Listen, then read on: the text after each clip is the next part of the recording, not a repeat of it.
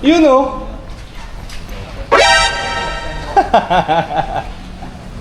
Pero ano masasabi mo, sir? Nagkamali yata ng ano eh. Alam ko 4 dapat to eh.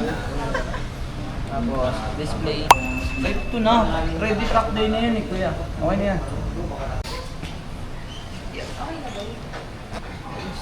Bagay, bibilis ka na niyan.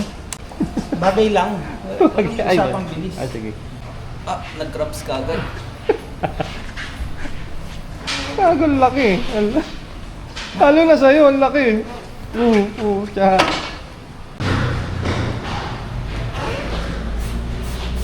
Check natin. Gagi, 150 lang gas niyan talaga, literal. Okay lang. Tutulak siya dyan, boy. Sir, ano masasabi mo, sir? Okay. Sold. Pwede na to. Bilhin na natin. Ano ba yung ano? 150? Nakapultol tayo ng matras eh.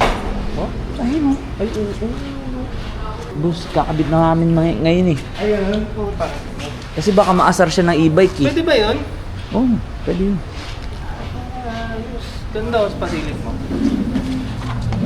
Damn! Titanium, sir? Ah, headers lang. Oo, headers lang. Pero hanggang dito lang siya. Eto, wala na.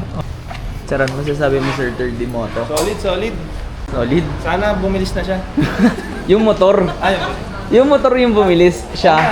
Ewan ko lang, yung rider Ewan ko sa rider. Hindi pa rin yung bibili. Mga 1 taon siguro. Kasi mga ano eh. Hindi talaga.